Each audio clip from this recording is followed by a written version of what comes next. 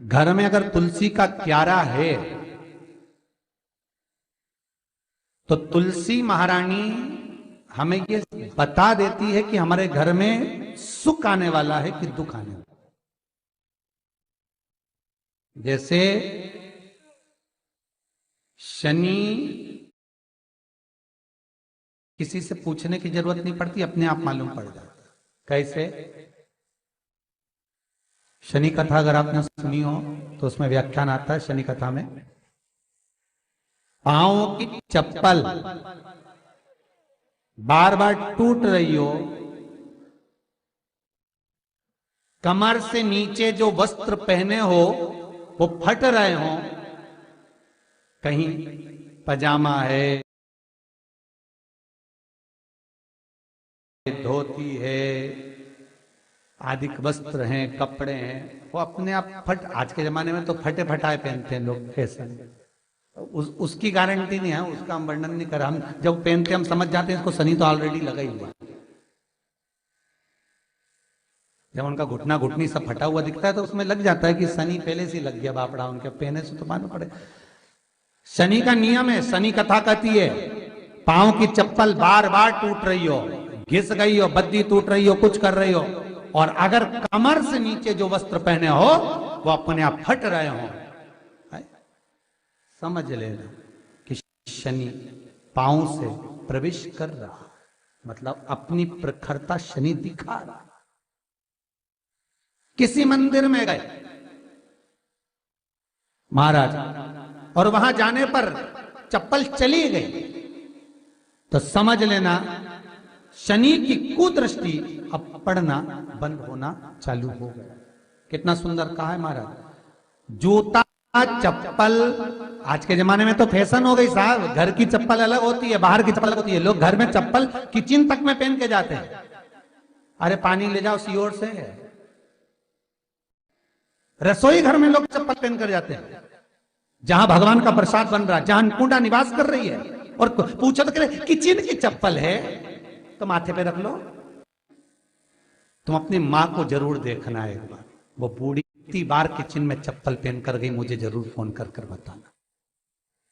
बूढ़ी मां रसोई घर में आज भी बिना चप्पल के जाती है, और बहुओं की कहीं एड़ी नहीं फट जाए, ठंड नहीं बैठ जाए, इसलिए ये रसोई घर तक में चप्पल पहन कर जाती है। सूर्य नारायण की कथा पढ़ना, शनि महाराज की कथा पढ़ना, और गरुड़ पुराण की कथा पढ़ना। जिन जिन कथाओं का हम व्याख्यान कर रहे हैं उसको पढ़ना जरूर हो। क्या लिखा है? घर के अंदर जब चप्पल जाती है, रोग, बीमारी, कष्ट, तकलीफ चालू हो जाती है। तुमने चप्पल क्यों पहनी? ठंड नहीं बैठ जाए, रोग नहीं बैठ जाए। घर के अंदर उतना बढ़ गया, एक कालीन बिछा दो, एक दरी बिछा दो, मोटा आसन बिछा दो जिस पर तुम चल लो। जरूरी है कि कई कई लोगों को तो हमने ये भी देखा कि कालीन पर भी चप्पल पहन के चलते, और ब्राह्मणों को भोजन परोस रहा है, गुरुजन को भोजन परोस रहा है, ठाकुर जी की थाली बना रहा है, ठाकुर जी का थाल लगा रहा है, तो भी चप्पल है पांव में। तेरा क्या होगा रे कालिया, क्या होगा? विचार तो करो। देह पड़ी रे जाए यहीं पर, फिर कुंडल और नगीना क्या, हरि नाम नहीं तो ना। अभी भी सुधर जाओ रे, अभी भी सुधर जाओ, नहीं सुधरो तो सिधर जाओ रे। या तो सुधरो नहीं तो सिद्धरो, थोड़ा सुधरो। रसोई घर में अन्नपूर्णा रहती है।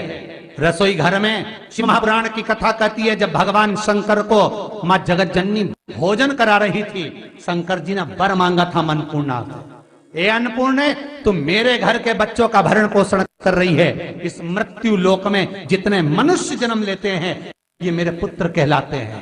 तो अन्नपूर्णा ने कहा चिंता मत करना भोलेनाथ, जिस जगह पर एक स्त्री, बेटी, कन्या या घर की बहू या बूढ़ी मां भोजन बनाएगी, उस जगह पर मैं अन्नपूर्णा उसके शरीर में प्रवेश करूंगी। और वो रसोई घर नहीं होगा, वो मेरा और तुम्हारा मंदिर कहलाएगा। अब मंदिर में चप्पल पहनकर भोजन का निर्माण करना, ये श्रेष्ठता है। एक आसन पटक लो आप रसोई घर के अंदर, जिस आसन पे खड़े होकर आप भोजन बना लो, मोटा सा आसन रख लो, चप्पल की जरूरत ही नहीं। श्रीमद् भागवत कथा कर रही है, तुलसी का मात्र तो शनि अपनी दृष्टि बता देता है। शास्त्र कहता है जब घर के अंदर प्रवेश करने के, जब आप घर में प्रवेश करें तो एक कोने में चप्पल को उतार दें। बाहर जगह नहीं है तो घर के अंदर प्रवेश कर लेफ्ट में चप्पल को उतार दें,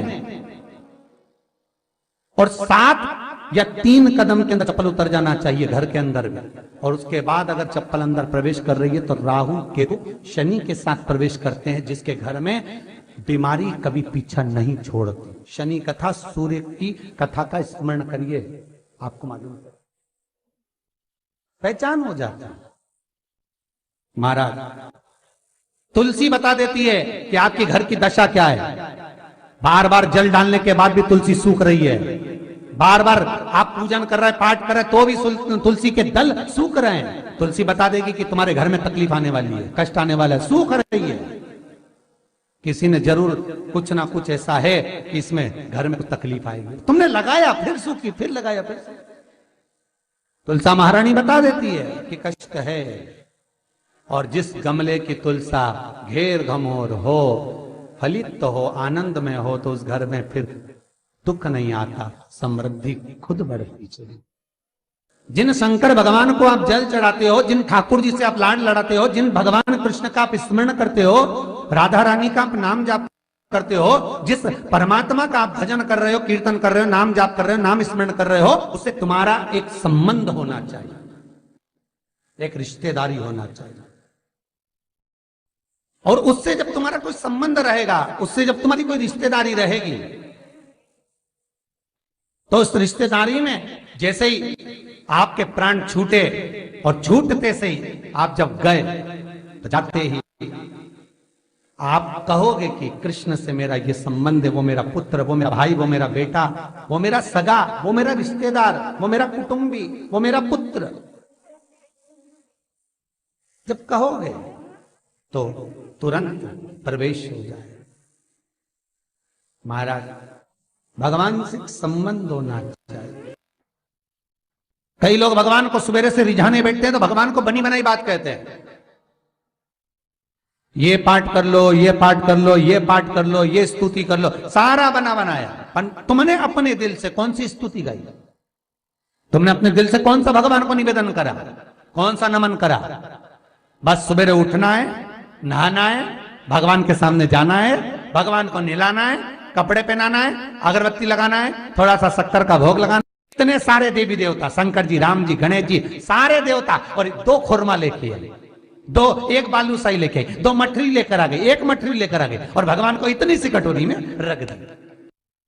अब बोले, कई लोगों से पूछा, इतनी सी कटोरी में 1 मठरी, 1 खुरमा, और रोज मठरी खुरमा एक साथ नहीं रखती, वो तो आज दिन मठरी का भोग लगा दिया, कल खुरमे का लगाएगी, परसों गुजिया का, परसों पपड़िया का, कोई डब्बे में भरे भराए रखे रख दिया, और 1 लड्डू रोज लगा देगी इतना बड़ा।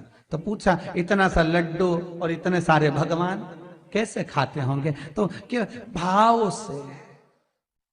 तो हमने कहा तुम भगवान को क्यों, बहुत दुख है।